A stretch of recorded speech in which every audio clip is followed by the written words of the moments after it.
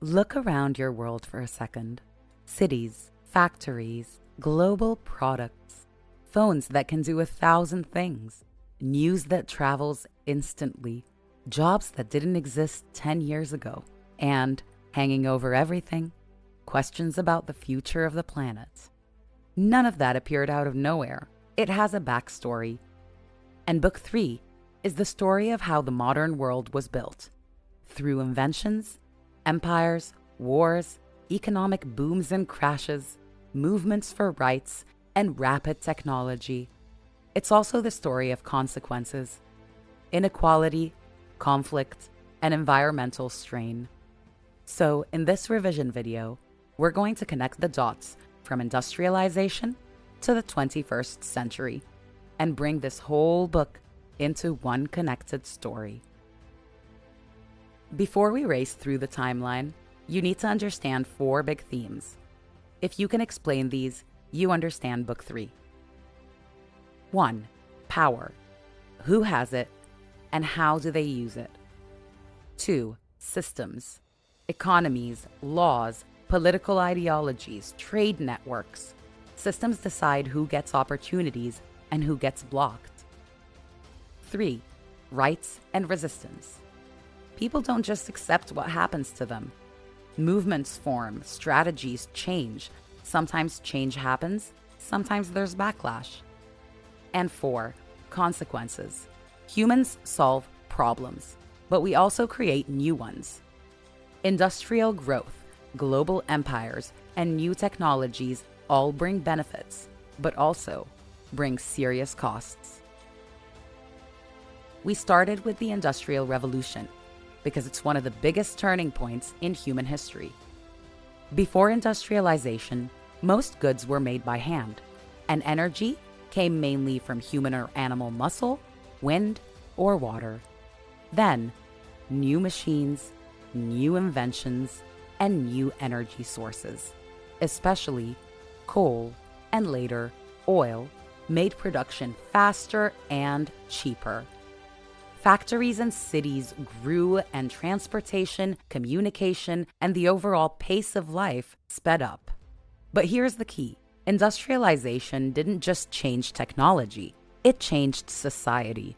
Instead of farming or small workshops, more people started working in factories or industrial jobs. That resulted in new opportunities. But it also meant dangerous conditions, long hours, and low pay. Class divisions became more visible. People began organizing, and labor movements grew. Governments were forced to respond, sometimes with reforms, sometimes with force. Next, you explored post-industrial economics. As a result of the Industrial Revolution, many economies changed. Some communities grew richer, others lost stable jobs. You learned about capitalism, socialism, and communism, and the thinkers who wrote about these ideas. Industrialization builds modern life, but it also builds modern problems. And it creates a world where power is tied to industry, technology, and resources. Industrial power fueled imperial power. In the age of imperialism, industrialized countries wanted resources, markets, and strategic control. In some cases, they claimed their primary motive was spreading civilization, but more often than not, land was taken, borders were redrawn, economies were reorganized to extract wealth, and local people lost control over their own futures. Imperialism was about power, who controls land, labor, and resources, as well as systems, like laws, armies, colonial administrations, and economic rules designed to benefit the imperial power. But this is not a story where people just got conquered, end of story. You also studied resistance and agency. Rebellions, boycotts, cultural survival, negotiations, political organizing, and independence movement. People adapted, resisted, and fought back in many ways, sometimes quietly, sometimes loudly. Book 3 also stepped back for a historical look at exploitation through a global history of slavery. Slavery existed in different forms across history, but modern global slavery became tied to major economic systems and created long-term legacies. Even after abolition, the impacts didn't vanish. They shaped wealth, racism, social hierarchies, and the way societies remember, or avoid remembering, their past. Imperialism and slavery show how systems can be built to extract wealth from some groups for the benefit of others, and how those systems have long-lasting impacts. Next, you learned about civil conflict and major change.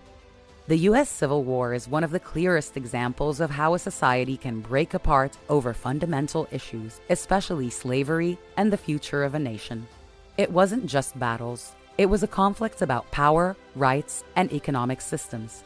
And even after the war ended, the struggle over freedom and equality didn't magically end.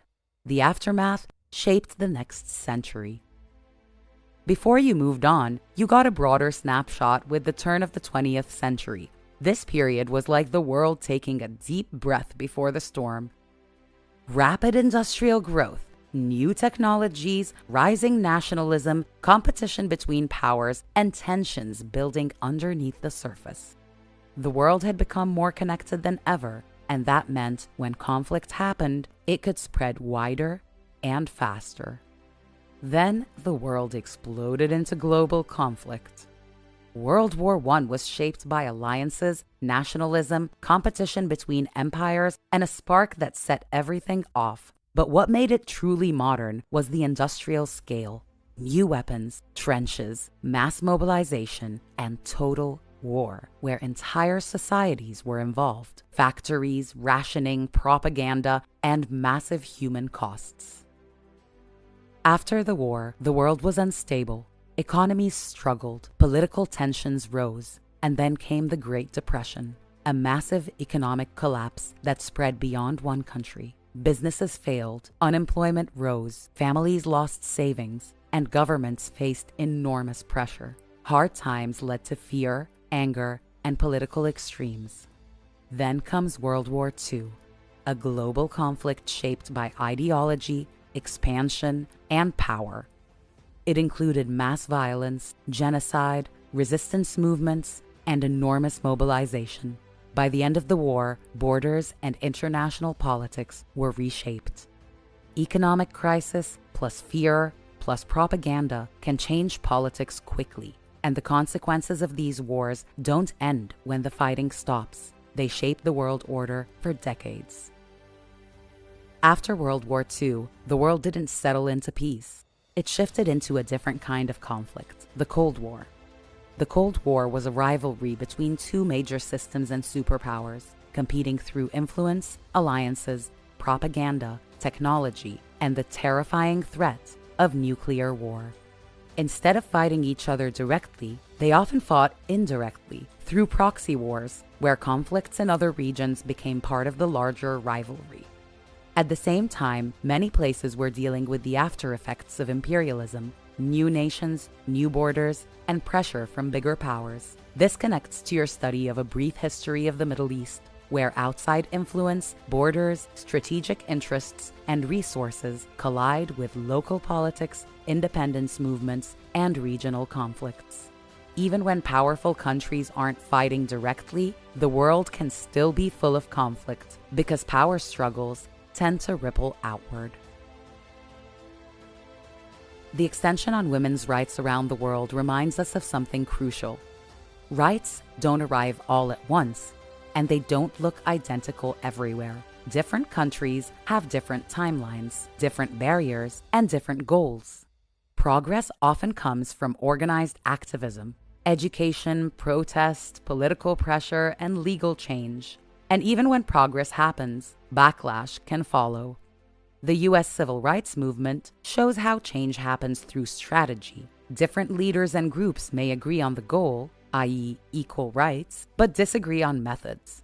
Some focus on legal change, some on direct protest, some on community organizing, and some on different philosophies about how to confront injustice. What you should remember for revision: movements are not just one person did one speech. Movements are systems of people, strategies, risks, sacrifices, and persistence. Next, Book 3 brought you into a world that starts to feel very familiar: the digital age. Computers shrink, become cheaper, and spread everywhere. The internet connects people instantly. Social media changes how ideas spread, how communities form, and how misinformation can travel. Information becomes a kind of power because controlling information can shape politics, culture, and even reality as people experience it.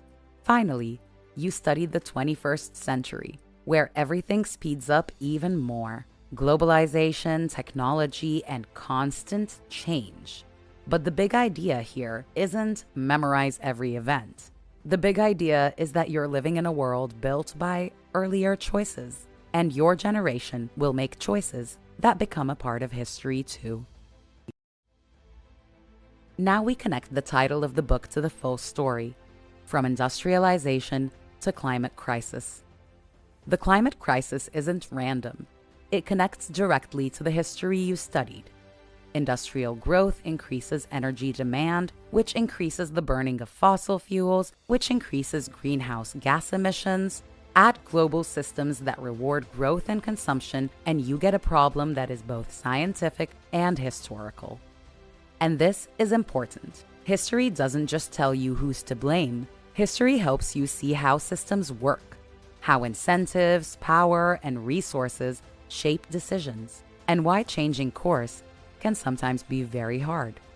The climate crisis is part of modern history because it's a consequence of how the modern world was built. Let's finish with a revision toolkit because your brain deserves a map. First, know your timeline anchors. Second, know your big concepts: industrialization, imperialism, ideology, propaganda, resistance, civil rights, globalization, and sustainability. Third, practice 3 skills that almost always help in assessments. 1. Explain cause and effect, short-term and long-term. 2. Compare 2 things: 2 wars, 2 movements, 2 economic periods. 3. Use evidence and perspective. Who's speaking, what do they want, and what might be missing. If you can connect events to the 4 lenses, you're not just revising, you're thinking like a historian. And that's the whole point. Every minute of every day, history is being made, and you are a part of it. If you've been with us since book 1, you've taken a journey through history, from the rise of ancient civilizations through to the Middle Ages, through periods of dramatic change and development, and all the way to recent events that provide context for the world we live in today. Now that you have a solid outline of world history, it doesn't end here. On the contrary, it marks the beginning of your journey to dig deeper and use what you've learned to question, analyze, fact-check, and understand multiple perspectives from the past, present, and future.